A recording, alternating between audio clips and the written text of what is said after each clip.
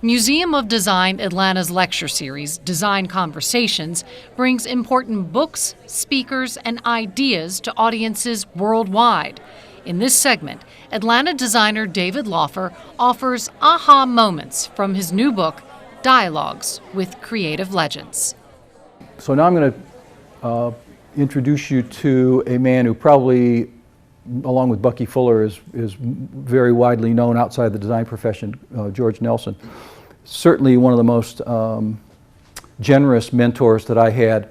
I saw in a magazine that Nelson was giving a class at Pratt in their Manhattan office called Philosophy of Design. And up until this point, I had been trying to get through to famous designers principally by telephoning my way into their hearts. And it was a weary enterprise.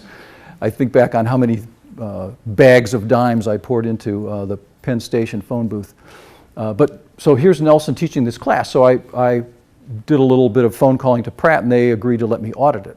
And so Nelson, so his class, Philosophy of Design, became a real high point for me in my week. He was like a raconteur, evangelist of good sense. He had a million stories, and he could get up and talk extemporaneously about design with no notes or preparation, and just charm people's socks off. And I realized early on that had to be part of his success.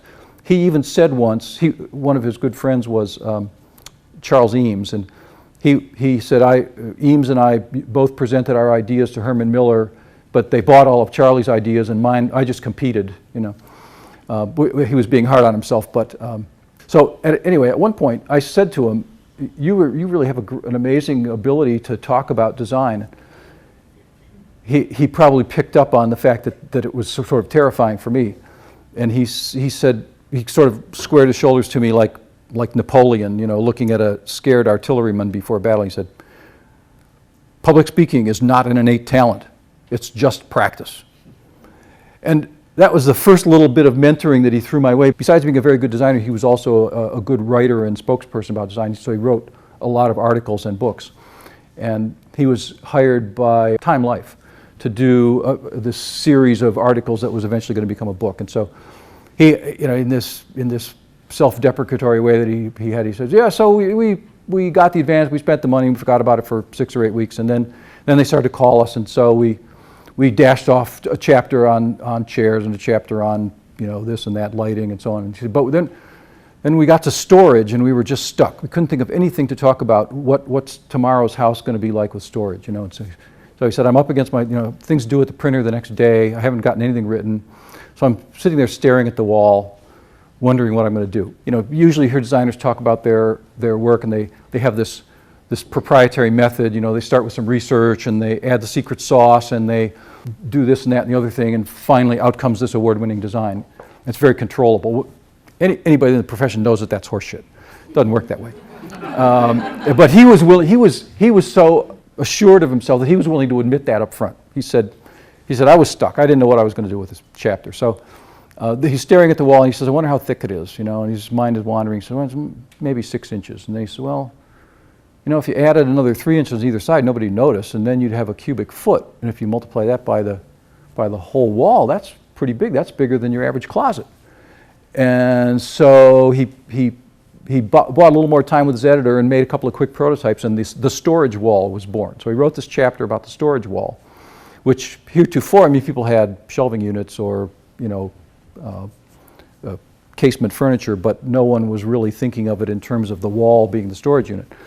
And so that became really sort of a signature idea in post-World War II interior design, and it happened because he was between a rock and a hard place. Nelson came up during the Great Depression when he was trained as an architect, won the Rome Prize as a student, but there were no architects being called.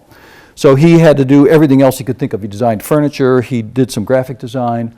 He loved clocks, and he had several customers that he did, I don't know, several dozen clocks that were standards. Here's one of the prototypes for the storage wall, which we now sort of, it's like oxygen, they're everywhere. We don't even think about somebody having designed it. So a lot of the mentoring that he gave us as a class was more practical problem solving like that. And so the pivot, this was really kind of a pivotal point in my career, and that made the book possible, in that he realized that I was a working designer and everybody else in the class was a student, so he kind of invited me to his office and eventually agreed to write me some letters of introduction that opened doors that had been closed before.